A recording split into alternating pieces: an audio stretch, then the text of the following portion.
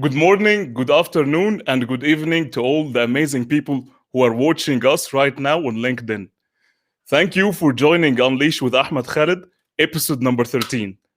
If it's the first time for you to join Unleash, let me tell you what is our mission. Our mission is to uplift the human greatness to its utmost potential by sharing questions, experiences, stories with touching topics that matter to our day-to-day operations or our day-to-day life. Before we start, may I ask you, as usual, to drop me the comment. Where are you from, and what is the weather at your side? So we have our friend the Mohidol. So we'll start. I'll keep it into my consideration, Mohidol, this question. Thanks for joining. Wa alaikum assalam wa rahmatullah wa barakatuh. We have our friend Mahdi Al-Usemi. Hi, great to see you, brother. We have also Ismail.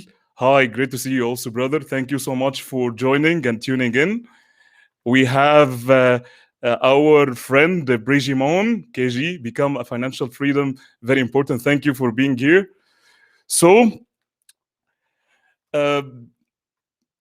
taking into consideration, today we will talk about mainly leadership. And one of the most common and confusing question is, and I was always confused about it, are leaders born or made? Is it something in our DNA or something that we can acquire or like a skill, or better, we can understand it or acquire it?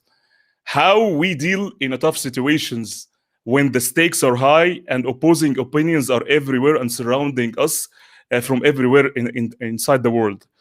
How to deal with toxic people or toxic environments, and how to identify these people in the day-to-day operations that we have in the corporation especially.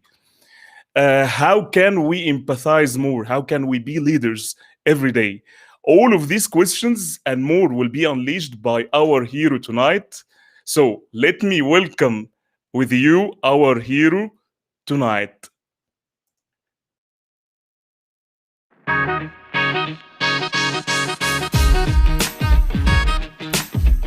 She's an advisor who advises CEOs, executives, and founders. A Forbes writer, TEDx speaker, and the author of The World Messenger. Her podcast, The Legacy Leadership, planted the seed of human-centric leadership inside people. She developed and implemented business strategies that transform all kinds of leadership inside organizations. She is IZABELA LUNDBERG.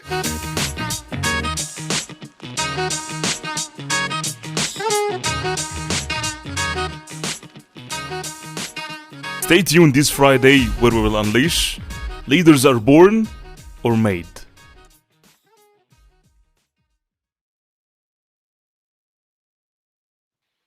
Welcome, IZABELA, to the show. Thank you so much for being here today. I know that you're too much busy, and thanks for your valuable time. Glad to have you today. Absolutely. Great to be here. Thank you so much for invitation. I'm super happy to be a part of episode 13 and discuss some hot topics with you, Khalid. Thank you so much, IZABELA. Thank you so much. IZABELA, would you mind if you can share a little bit about yourself and your inspirational story before we jump into our topic today? Sure. I wanted to just quickly share with audience that is very international. So everybody that is listening and watching, hello, hello. Great to see you. Dr. Arun, Panda, and everybody else. Great to be here. A little bit about me that you probably don't know. I grew up in former Yugoslavia, and I was actually a very curious child when I was young. I really was hungry for information, very similarly to you, Khalid, because you love to read, you love to continuously to feed that brilliant mind of yours. And I started reading as a result when I was 5.5, probably close to 6-year-old. because I could not wait. I was curious George on steroids. I just could not wait to get all the information I wanted. Obviously, that was way before internet and computers, when you have to go find the books and be in the library and bring those books home. And I remember that those early upbringings and opportunity to do so helped me so much and served me so well who I am here today. Thank you so much again for your valuable time. And today I believe that we have very compelling topic. I see that it's $1 million topic. And one of the things that came into my mind, and this question always it's confusing. Uh, are are leaders born or made?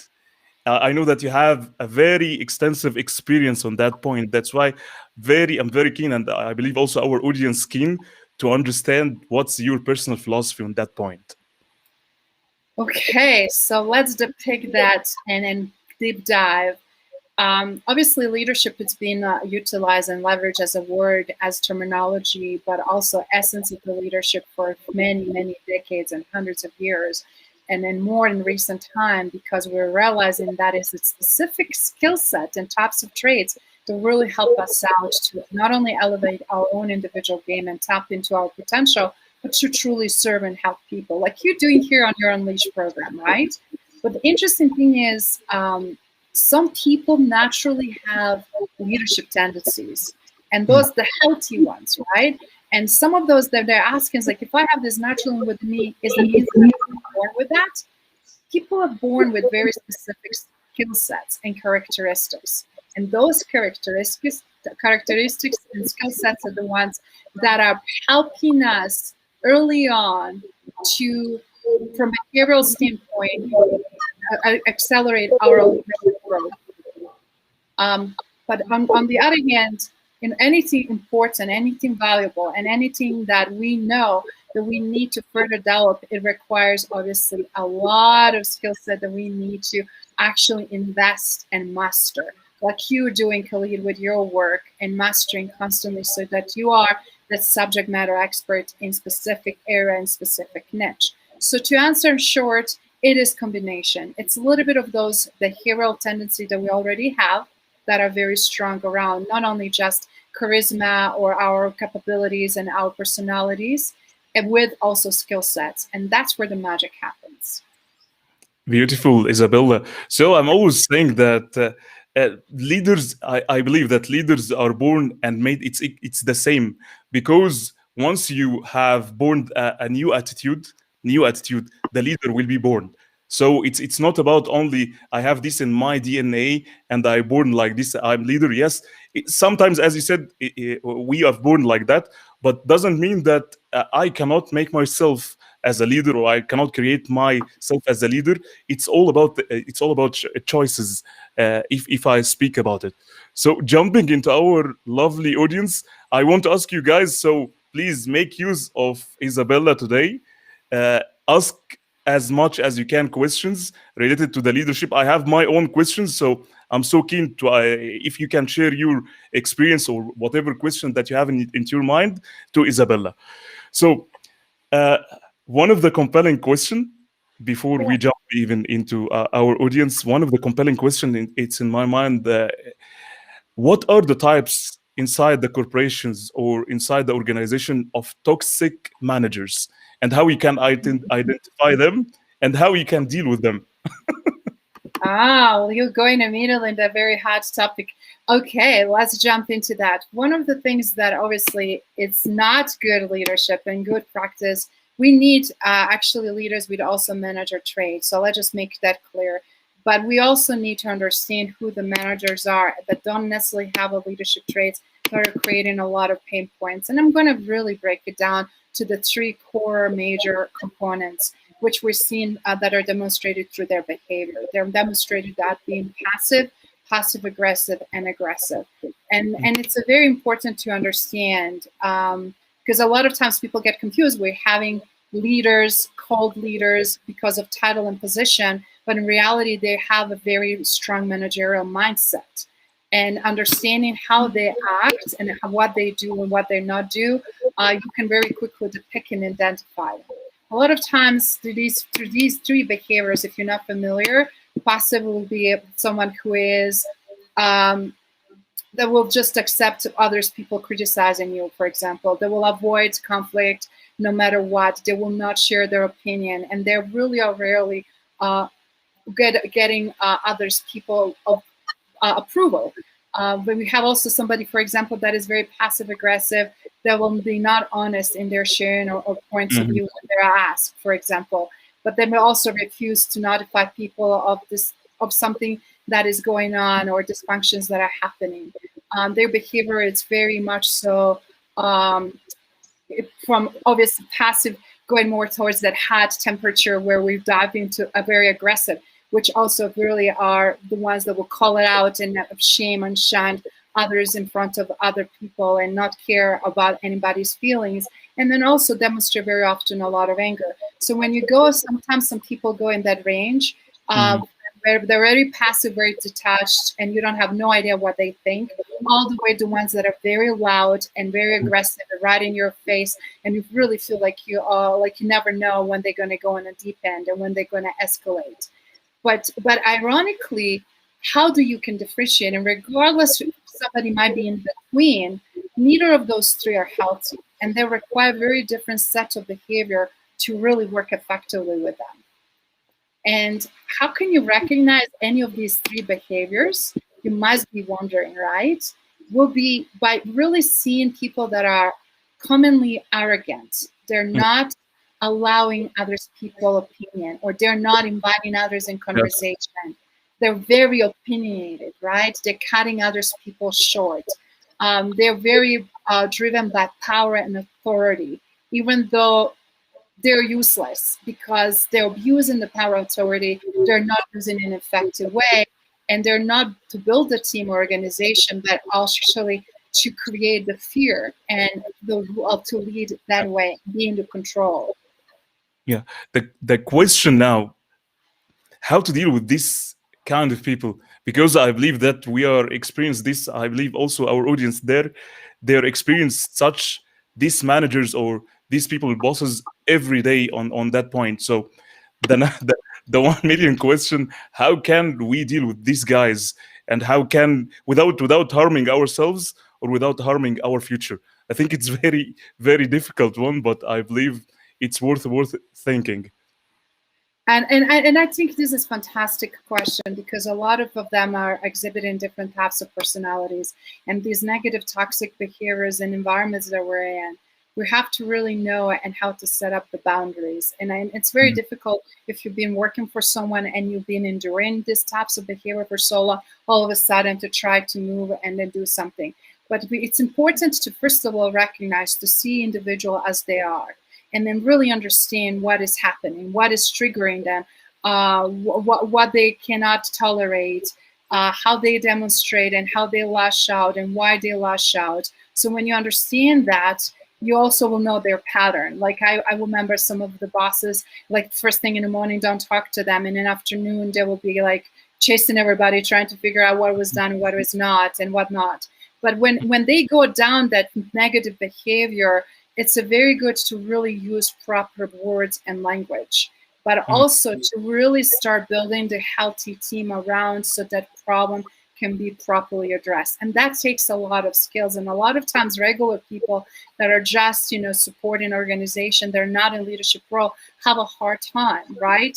So the best would be obviously to talk to your boss or others privately and ask how to handle or how to have maybe these one-on-one conversations, or where there will be some safety net, and to address some of the behavior that you cannot accept or tolerate, or is counterproductive, or is creating a lot of problem to the team. Very often you have to also identify someone who actually can face those individuals on your behalf or in team behalf. Sometimes it's not always the next boss or somebody on the team, but it is somebody maybe in different function of organization.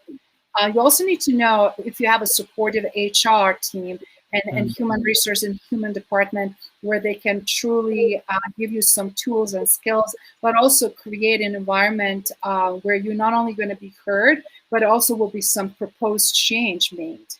But all of these factors are complex and complicated, Khalid. That's why so many people are suffering, because sometimes you have not only one toxic manager, you may have a whole plethora of them.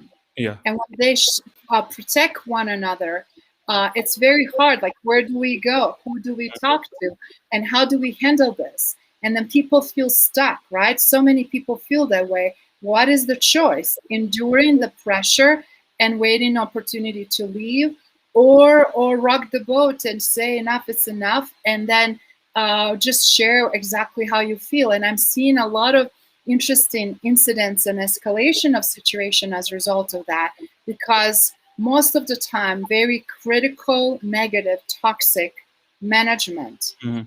does not appreciate feedback, Yeah. does not appreciate your opinion, doesn't care or doesn't want or cannot process, because they used to get downstream feedback. Right now, you're forcing them to receive the upstream, and they're Yeah. not prepared for that. Yes, I believe I like what you said, Isabella, because I think that there are three responsibilities at this point. Number one, it's the organization or the corporation responsibility, how they promote the culture inside the corporation, how they deal with such these things or such toxic managers. How can they identify? Because sometimes I believe that even the organization, they don't see that this is toxicity is affecting the business and the people under this guy. The second responsibility, I believe, it's also related to the toxic manager, and I believe also many managers they live all of their life. It's like cancer. They don't understand they are toxic. They don't because I believe it's because of lack of self awareness.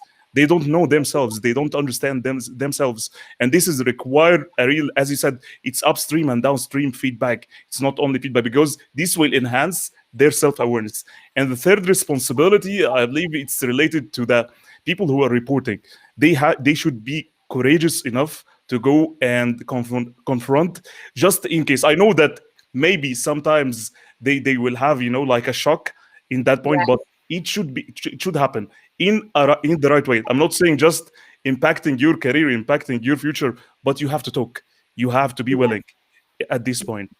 You have to speak for yourself. That is very crucial, very important. And that's the reason I mentioned, when you do speak for yourself, you need to know your environment. Every environment's different.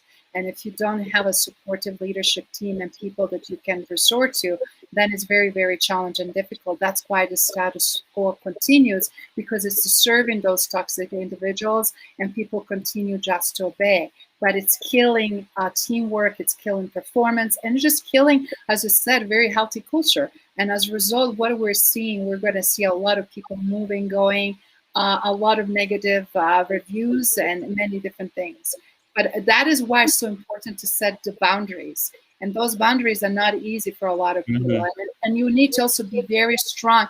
You don't have to be strong by force, but strong by intent. That you also will be expecting the pushbacks. And if those pushbacks happen, how you're going to handle them, right, in an effective way. And the big thing what I'm finding, and hopefully will help your audience that is watching and listening right now, Khalid, is that a lot of times we're focused on whose fault it is. Yes. Mhm. If we're playing better game and being more aware, as you brought it up, self-awareness and being more astute, then we can truly take away equation of the fault and blame game, but truly come towards the solution. And Mhm. then finding not only support system, like you mentioned, but also finding new ways of being and doing things, so that it's really specific action that's going to be, and then how things going to be monitored, so that those things will not repeat. Because it takes a quite a long path, depending which organization you're working in, to eliminate toxic manager. Mhm. And some organizations, specific position, they're having really have a hard time of doing that. And frankly, I'm being in situations when that was the only option actually on the table. And then when they did, they wished that they did it sooner, because they recognized how quickly changed the climate. So it's Mhm. also about leaders in organization to really do the right decision. Mhm. Yeah, totally. I agree with you 100%. I believe that change and the different comes top down. It doesn't come bottom up. So it's all about leadership. Coming, I believe that because of the time constraint, guys, I will jump into the first question. Please feel free to ask Isabella as much as you can. I will jump into the first question. Dr. Arun, he's asking, Madam, don't you think that somewhere overdoing the leadership act as solo act transforms them to a toxic and narcissist? I do believe in their disposition. Yes, and you're spot on, Doctor. Thank you so much for asking the question. You're right. A lot of times we've seen a lot of narcissistic behaviors, a lot of arrogance, a lot of ignorance, and also lack of leadership skill set. So when you combine the bad behavior from narcissistic behavior, right, as well as lack of knowledge, what do you get? You don't get really good leadership, nor you're going to get good management, because a lot of times they attract similar people in their own inner circle.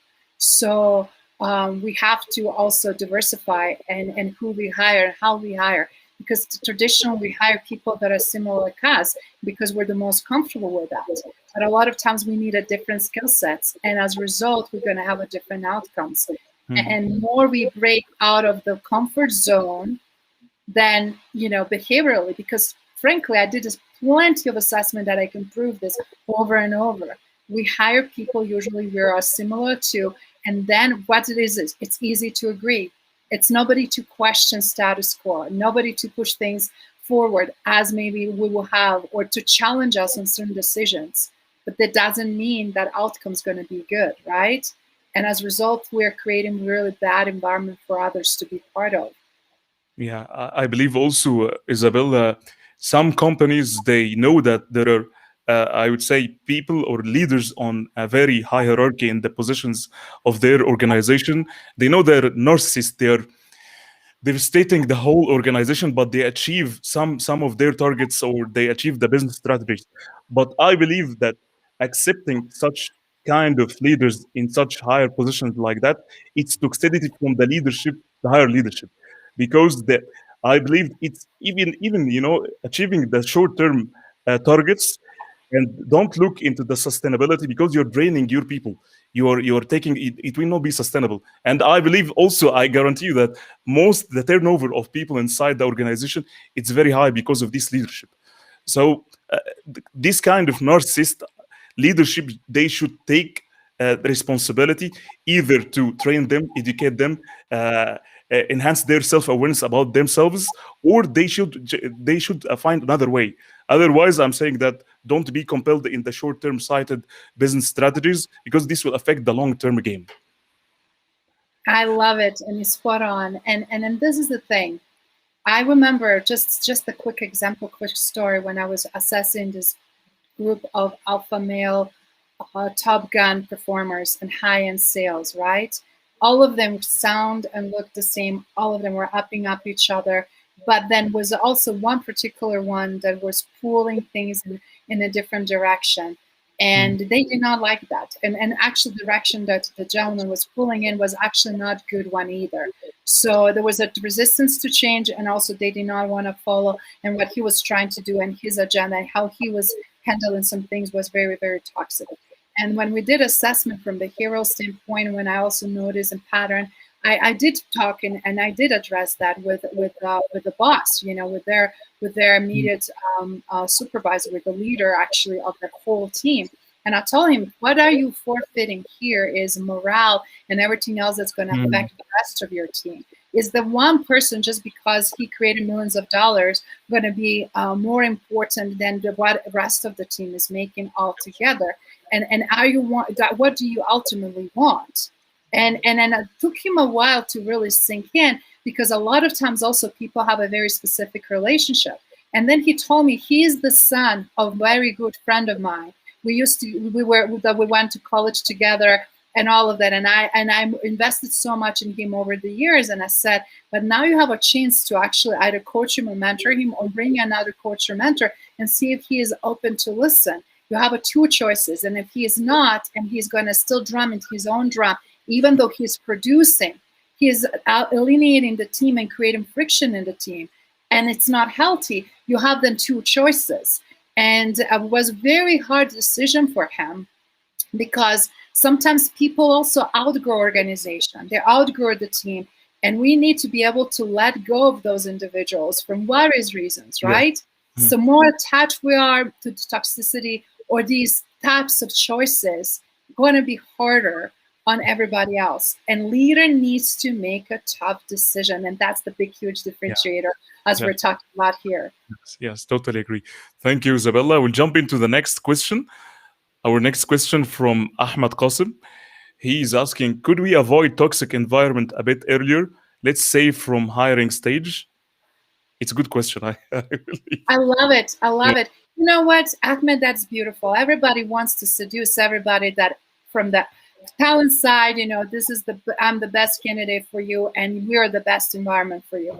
Ahmed, I would highly encourage to do your own research. And what I typically always advise, ask really straightforward questions. What can I expect when I walk in for first 90 days in environment? What kind of support?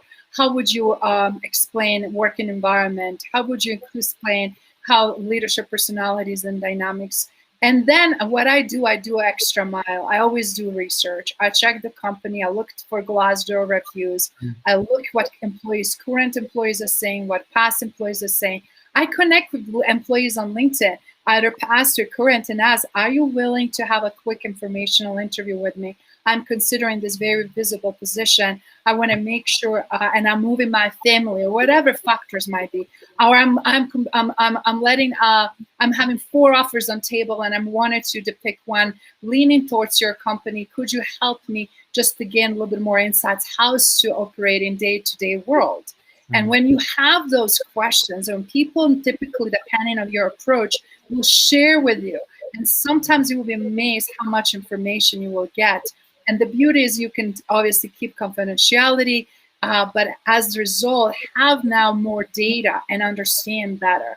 So that not only like how is it going to be your immediate team, but how overall organization operates, and are they really exuding those values that are showing on the website, right? Everything always looks so beautiful till you walk in, and you get over time very quickly disappointed. And those mistakes are costly. So smart question, and hopefully some of these answers helped you move forward. Thank you, Isabella. We'll jump into our next question. Osama Aid, our friend, he's asking, how do circumstances and the environment influence a person to become a leader? Oh, I love that. Some beautiful question. Obviously, depending where you are in trajectory with your career, personally and professionally, right? When we also mentioned earlier, you're already born with specific skill set that every one of us have. And so a lot of those skill sets already are changing your DNA, who you are, and how you can be that amazing leader within yourself. But leadership, it's a choice. And if you chose to go that, I would suggest earlier the better, but it's never too late, right? And it's best thing that you can do is by applying yourself so you can figure it out what style of leadership you are, what resonates with you, and how people react and respond to you. And that is the amazing show and tell, right? But also great opportunity for you to exercise, because deep down, every single individual have a desire to actualize themselves more. So if you have the desire right now and you don't feel like you're applying yourself, you have now tremendous opportunity. Look at what Khalid is doing. He created a show. He's doing lives. He's showing up. He's being very visible. So if you don't have in current environment opportunities, then start creating some for yourself and start applying yourself. And honestly, in due time, rest will be the history.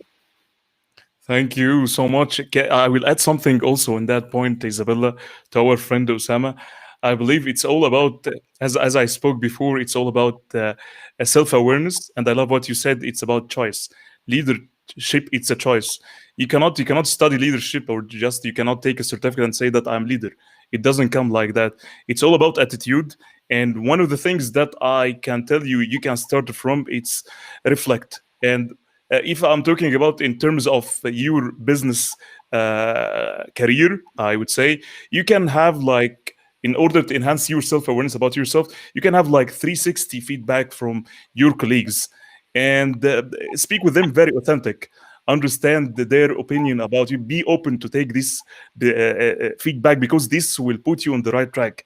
And this will be the starting point once you understand yourself, because I believe that most of us born like we are the best and we are ideal, which is not the case, because our mind is wired like that.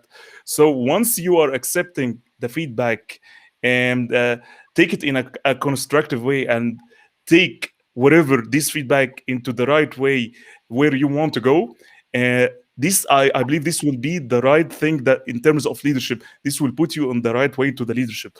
So start by self-awareness, and as I told you, start by listening to people, just to understand and work on it. This is And applying yourself, as you mentioned, you have to apply, you have to try. That's the reason I said, if you don't have environment right now where you can do that, you could create in one, as Khalid or yeah. myself, where everybody else is doing, on top of what we're doing in our professional world, because it is endless opportunities where you can exercise that in practice. Exactly. Thank you, Isabella. We have many questions. I will jump into the next question. Um, it comes from,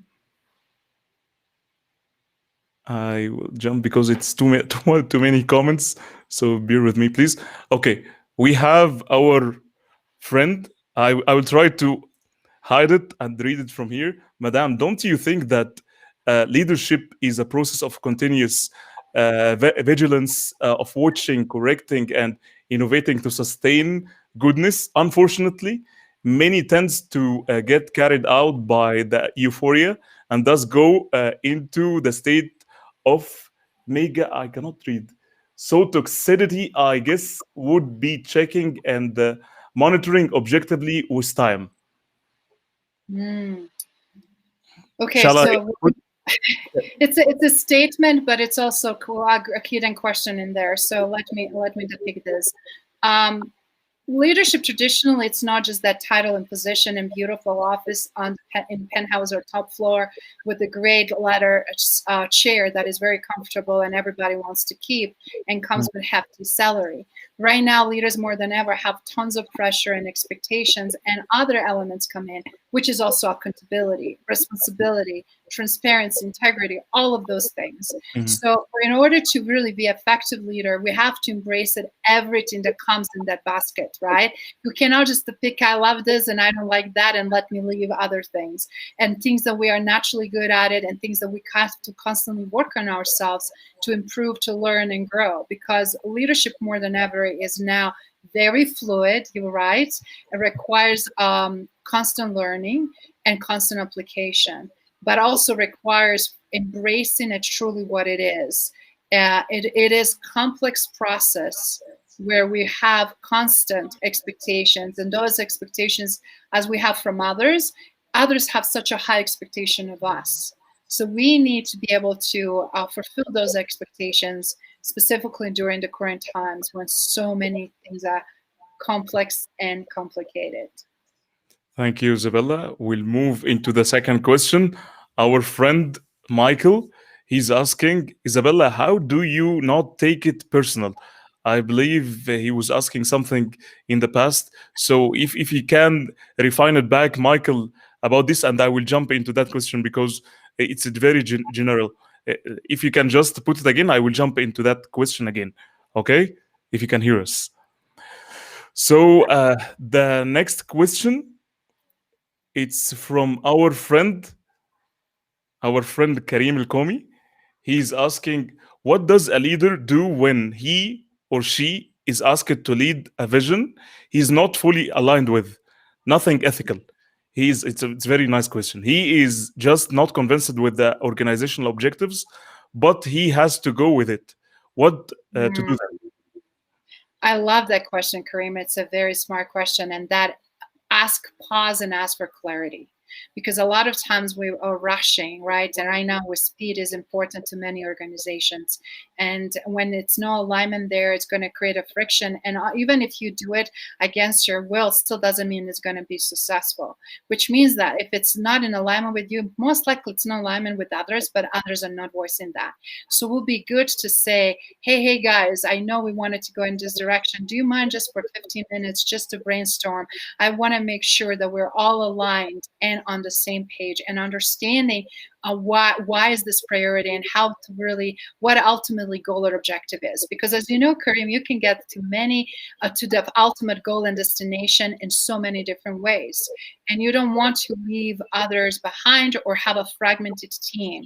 But when it's specifically to you, I will pause, I will ask a lot of questions, and I will ask if this is equal to what I'm thinking, and then if this is what really makes me uncomfortable. You mentioned things that are not ethical. Those are very, very challenging when we're going against the ethics, sometimes just to make a profit. That's very challenging to keep swallowing. So I would voice that in knowing my team and knowing with whom and how. Sometimes it's better to that particular individual. Sometimes it's then better, depending how strong team is, to voice it in front of everyone. I mean, it's again individual situation and scenario, but I would impose the ethical dilemma. Because you can address all of those things without saying, oh, I don't agree with you, I'm not in alignment, by asking very, very smart questions. Did we consider ethically how this is going to play out? Did we also look at how this is going to affect our relationship with our partners? So when you start probing and massaging with the questions, you're going to arrive to much clearer element for, first of all, where they're coming from, why they're putting this particular pressure expectation. If there's a result just to survive or keep client or generate money, then you might be able to offer alternatives how they can still do without affecting ethics. You see what I mean? But when they tell you what is the driver behind the decision, then you have opportunity to create and offer different solution. But when we don't know the driver, that is very, very challenging then to make any change. I know it's very irritating, Isabella, because if it's something not ethical, I believe my advice, Karim, at this point, you have to be the leader at this point. He has to understand why he is not aligned with this vision. You have to be clear about that. And once you are clear about that, it's the way that you communicate to the leadership. Because if you have a real fact and you have something in your mind because you are convinced with, the way that you communicate to their leadership in order to change the way that you want, it's very essential. So it's all about the communication. Because my advice, don't keep it inside you, because especially authentic leaders, they have their decision and they have their way of communication. The way that you should communicate, it should be the proper way, just to convince them. If it doesn't work, I say, because toxicity, I'm not sure how to do it, but at least you will feel not stressed that you didn't say your way of communication or your voice. Exactly. Yeah, and but it's just the way how you do it, right? So Yeah.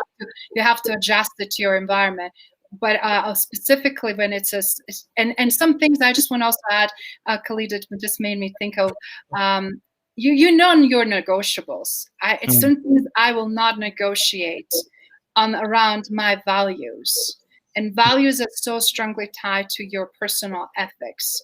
And if those values are compromised, specifically if they are also supposed to be companies' values, but now you see that they are going in a deep end in the wrong direction, and also having tough conversation around to say, I'm not sure if we're really continuing to work and focus on with the right lens. I think we're jeopardizing the values of our organization and also our own personal values. Let's pause and let's adjust. Let's take a look. Maybe I'm wrong, but I think my gut feeling's telling me this is not right.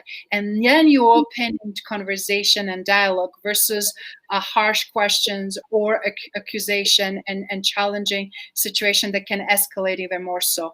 I'm finding a lot of times that takes finesse and takes a lot of behavioralism and knowing other person's triggers and personalities. And sometimes if you're not capable to do that on your own, it's good to have someone else that can help to voice that and navigate. Sometimes you also need a support in order to do that effectively. Amazing. Thank you, Isabella. One of the things that came into my mind as a question, it's it's a very interesting question, I believe.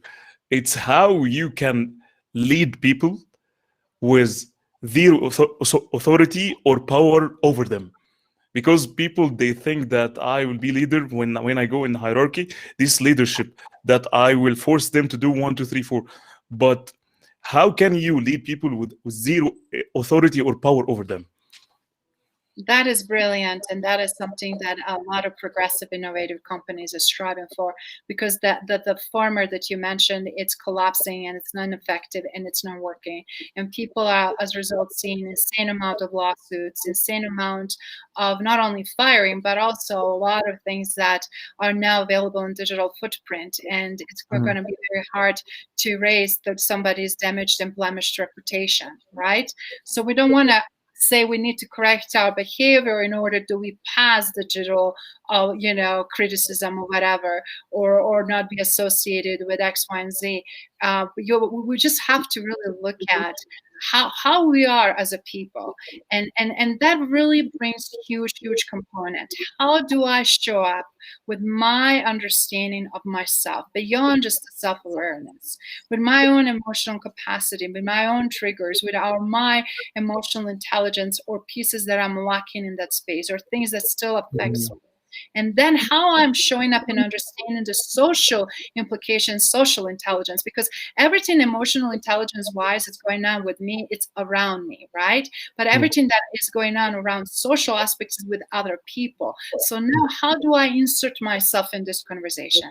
How do I insert myself in the project and teamwork? What dynamics I'm seeing, and what cues I'm picking up socially? And then where's my social capacity to adjust myself from my emotional aspects in order to be able to work effectively?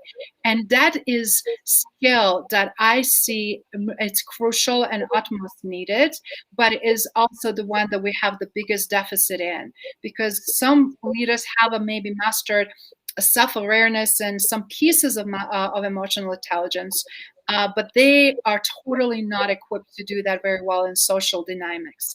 They're not specifically equipped to deal with people different than themselves, with diverse teams, and that's why we're having so many fiascos and conflicts.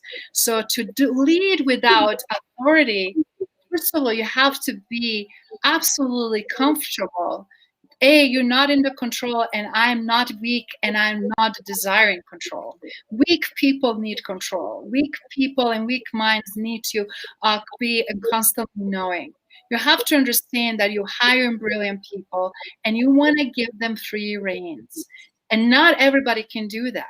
You have to understand, if you interview someone for 10 hours or I don't know how many days, which I heard that a lot of interviewing cycles even much so longer right now, and grilling, why do you go through that process and you still bring that amazing individual on your team and you still don't trust them, or you're still not giving them space to show you what they're capable?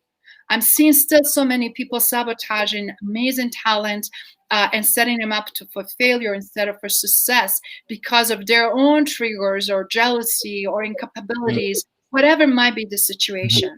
So I honestly have to say, in order to do that, what you ask in Khalid, and it's a healthy, but not everybody are there yet, and some people may never be there that are already in the leading positions. So more than ever, we need to actually continue on self-growth.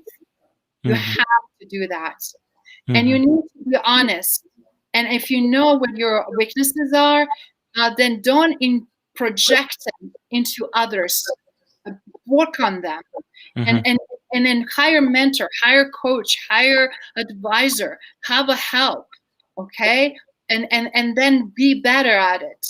But ultimately, to do that, it is required very specific skill set and type of personality, and very few can really do that. And that's why we not only desire that, but we also need that.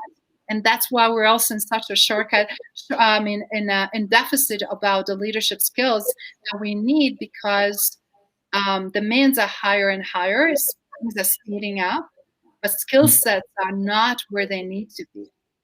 Yeah, I put myself on the other shoes of others. And if I want myself to be a leader, I like what you say exactly. How I would look to myself, that let's say that how I would inspire people. People will not listen to me if they don't see me as a leader. So, in order to do that, I believe, as you said, I love what you said.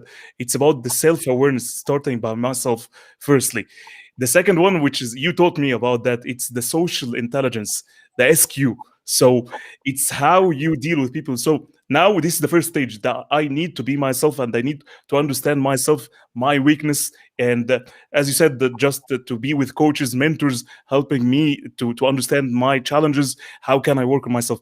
From this point, I believe this is the turning point that you can inspire people. But in order to do that, the second point, it's how you will be able to have this social intelligence, how you will understand how people they feel. I think it's something. It's not easy. I'll say it from heart. It's not easy to understand how people feel, how you can build a relationship with them, how you can understand them, how we can inspire them. It's all about a combination, emotional intelligence and inspiring people. I believe it's all about self-awareness, as you said, social intelligence, and how you can run the relationship. This combination will let you be a great leader at this point. Yes. Yes. Yes, because all the cliches and all the things that are being studied, the programs, this and the other, all of those work for different environment. They did not work for digital, fast-paced, fast-growing, high demand, high pressure, quick decision, all these dynamics. In order to do that, you need to be great in decision making. You need to understand and synthesize the problem. You need to be able to do so many things. So more than ever, it's a combination of skill sets, right? Yes. And for the ones that did not invest, they're already seeing that they're falling behind and they're not as effective. That's why people don't want to be on their teams or work in those departments. We know that. We see all of that, right? But again, some people are traditionally there because they're close to their retirement or whatever might be the reason why they're still there. But when we really step away and then create opportunity to look at as like, what do I need to be today? Yeah. Not what I need to be yesterday. Yesterday is already Wow. gone. But Wow. who I need to be today and how that's going to help me to be tomorrow in order to be effective, in order to be supportive, in order to be trusted, in order to be not like for sake of like, but in order to be approachable so that people can tell me their pain points and not feel afraid I'm going to scold them and misuse them and abuse them for that. You don't have no idea how many people are suffering around mental health issue, around the family dynamics, around stuff that actually their jobs created, insane anxiety and a lot of stress and pressure, right? But they cannot address them because they're completely not feeling support and that they have anyone that they will truly internally care. Yeah. How Yes. sad is that? Totally agreed 100% on what you're saying. Thank you, Isabella. We'll jump into our lovely friend, Mohidol. He is asking how to spot toxic management in public sector organizations. That is excellent question. How to spot them is by literally looking how they behave and what words they're using, and then what's important to them by asking the questions. Some of them are, again, very arrogant people and narcissistic and all these toxic guys don't usually go and mingle beside people on their own hierarchy and level. So if they're not willing to shake hands or talk to someone who is in supporting roles in organization, tells you quite a bit about that person. Second thing, if you do get a chance to ask a question, by how they answer question. Usually they talk about themselves, or they're very self-centric of what's important to them, versus giving you overall information about organization and what is important for whole organization. And then honestly, the best ones will actually ask you question about you. And 99% of these toxic managers will not even bother to get to know you. They will talk about themselves or something they did or something that they're proud related to, how they led the team and outcomes they created or whatever. And that very quickly you can see they're egoistical, they're self-centered, and they're not necessarily team players. And they will have a hard time with someone who is curious, who is innovative, who is different, and who truly is there for the power of the people versus just for the power for themselves. Thank you, Isabella. I think Michael he came back to the same question. So I will jump into that question and come back to next. So Michael, a question he's asking. My question is to point out when you are around or working for a toxic person and they have had a bad behavior, and you take it personal as truth about you, then you give your power away to them. You must know and believe in yourself. Know yourself. I will go down. Know your self-worth and your self-value. I want to know your thoughts on how not to take things in personal. I love it. All of us are working with people, right? Either through our companies, or either even if we go to a restaurant to have a dinner, or to kids' sporting events, we're always interacting with other people. Sometimes you don't have no idea what that person is going through. So we need to really learn how to judge less, or simply don't have a no judgment. And that is very hard, but that is also amazing trait of phenomenal leaders. And I love what you said. We get triggered. And that's like self-awareness, something from the past that happened, maybe doesn't even have nothing to do with that person, or maybe just to say the way they said it, or maybe indirectly they said it to someone else. So it is that tells you that you have opportunity to work on yourself. That tells you what is not still healed and not in the right place within you. That is also opportunity to identify your own growth and opportunity to change the script. Because when we're triggered too quickly to take a stand or escalate situation or say something that we regret, like I had a friend of mine saying years ago, he was very temperamental and younger and macho and coming from very different culture, and saying something to a woman, he thought he was smart ass, but then that bite him, because years later she's now in charge on projects that he was eliminated from, and really it's hard pill for to swallow because it's affecting him financially tremendously. And I said, people may forgive you, but they will not forget. And if they have a choice to have someone else on their team, trust me, they will choose someone else versus someone who gave them hard time, right? So it's the same process. Like, why would you want to escalate and give somebody else hard time? Doesn't matter if they're right or wrong. It's not about them. And also, why would you put yourself on their level? Sometimes some people will purposely provoke you. Sometimes people purposely create scenarios and conflict so they can let go of you, so they can fire you, or show or prove that how bad you are, or whatever scenario it is. So do not give them ammunition. Do not get on that level. And then also take a breath, step away, leave. Do whatever you have to do, but in a nice professional demeanor, and then make a mental note. This is exactly the thing I have to work. This is why, and I need to figure it out, and I need to find out someone to help me to overcome it. This is for you, Isabella.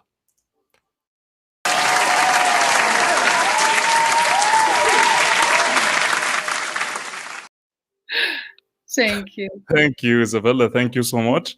So I will jump into the next question. The question came because I jumped early from our friend Dipayan. He's asking, ma'am, is the whistleblowing effective for toxicity? Oh boy, whistleblowing can be effective depending what it's about, right? To tell that it's a toxic culture and share your pain points usually is very counterproductive, and a lot of times very detrimental for that person. But if it is affecting hundreds and thousands of people, or if it's a very specific situation where you really see damage and lives, I would really consult externally about situation and seek advice from neutral party.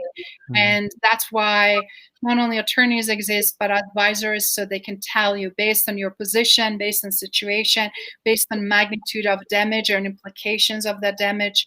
It's not always just, monetary, obviously. It is about well-being of people, and more than isolated incidents, more than you. In those cases, they can give you advice. For example, whistleblowing culture here in the United States, it's been known for many decades. And then lawsuit culture, frankly, to the point that so many people will go and chase and immediately jump into lawsuit instead of even having conversation and opportunity to remedy situation or really assess and get facts straight, right? So it's also very important when we're in heat of the moment, or when we've seen the pattern and we get more and more frustrated, to really step away, making sure, are we looking at the problem accurately? What are the facts when we take away our emotional elements?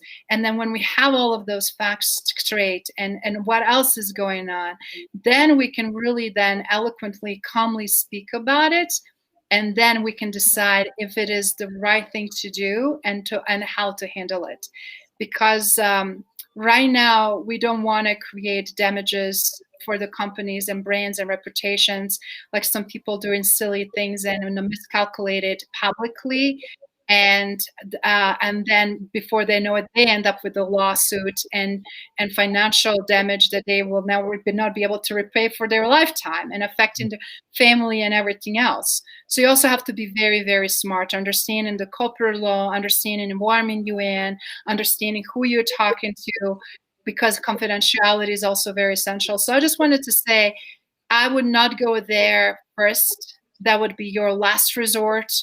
I would go with advisory and a neutral party, and then start really seeking more and more understanding, more knowledge, and then from there make a right decision and action. Because when you go on that path, people don't understand what that path looks like, and how complex that is, and how long it is, and how many appearances in court and all these different things are, because always the type of action creates insane reaction that you cannot always calculate all the risks, even though your intentions are in the good place, if that makes sense.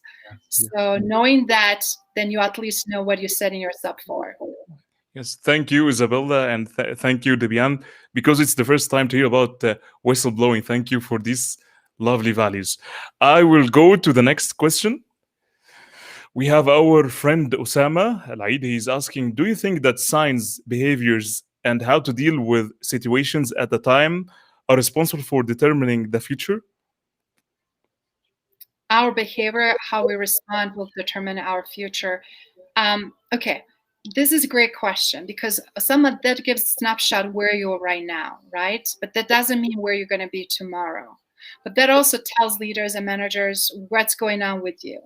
And if it's isolated incidents or situation, can tell, he's too stressed out, or he lashed it out, or he increased his voice, or whatever it is, or he left his station or position, depending upon what it is, right?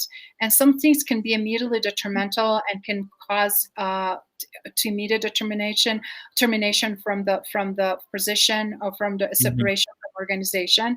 And some of them can be just independent incidents that are showing frustration or lack of whatever might be the scenario, that whatever might be going on, right? But the key is to understand, why did you behave the way you did? What triggered you again? And then is it something reoccurring? And where is your threshold? Because this is a very good question for many reasons. So many people reach their threshold emotionally, mentally, physically during this time. This puts so many people in horrible, horrible setups. And so many people endured, right? And all of a sudden, they even surprise themselves the way they reacted. So it's also a good way to pause and say, this is not in my character. And owning it. This is not why I'm surprised that I even reacted this way. I feel like I may be close to my threshold of burnout. I never been burnout before, but might be this going on. So also having the very honest conversation to own it, the misjudgment or misbehaving pattern or incident or one particular scenario, and then truly try to understand why. And I had a situation actually not recently when I was helping out with that, where it was burnout factor, but also, with dealing with very aggressive leader or manager actually, and too much pressure. And this person was very passive. And then they became passive aggressive. And when an aggressor sees that you're now getting into that aggressive mode, what aggressive does, increase their aggression, right? And then when you react aggressively, it's okay for them to act aggressive, but it's not okay for you. That was this huge shock, right? Jolting moment. I'm like, oh my God, what happened? So you have to really know that, and then also set the boundaries and make sure you are not putting yourself in that situation again. Thank you, Isabella. I think that we have the two last questions. So we'll jump into the first question. It's from Antar Bitat. He just asking, what should you do when you are stuck in double vision while toxic colleagues are having number on you? Current vision and long-term one. Ooh. Good question. Without knowing, this is an excellent question, and it happens again so much right now. Why they're against you? Sometimes people need a scapegoat, and sometimes good guy end up to be scapegoated and bad guys because that's tribalism, right? Usually bad guys are in the packs. You're rarely going to see one bad guy. Usually it's a pack mentality. Reason why, in order for them, because they're lacking individually what they're receiving as a team, right? So they feed off each other and they feel stronger as a result of that setup. So it's a question, what kind of managers do you have, and are they part of that equation or not?